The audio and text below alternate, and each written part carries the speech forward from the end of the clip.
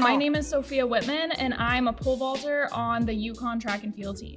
Pole vaulting is when you take a really long stick, it's a pole, and it bends a lot. So you run down, you put the pole in the ground, and it flings you way up in the air, and you go over a bar and land on a mat. I love pole vaulting. I was a gymnast for a really long time, so I really like flipping around in the air.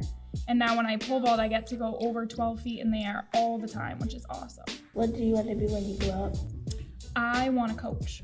I want to coach track and field. I was a gymnastics coach for a really long time too. So I really like coaching young athletes and making sure that they have all the resources they need to do really well and learn things about themselves as an athlete and as a person outside of sport. What advice would you give it to young babies? I would advise my younger self to be proud of all the things that I work really hard on, because I think sometimes it's easy to focus on things that are super far away and not be proud of the little things that you're doing along the way. So every time you go to school, every time you go to practice, every time you do something new and cool and exciting, to be proud of that every single time, even if it's kind of small. Who did you look up when you were younger?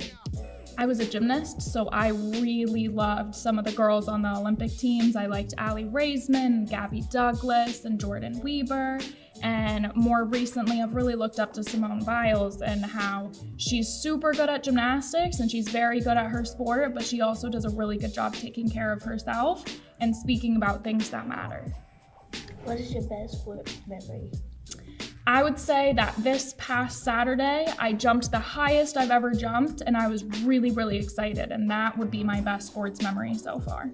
I jumped 3.80 meters, which is 12 feet and 5.5 inches. What advice would you give to kids today?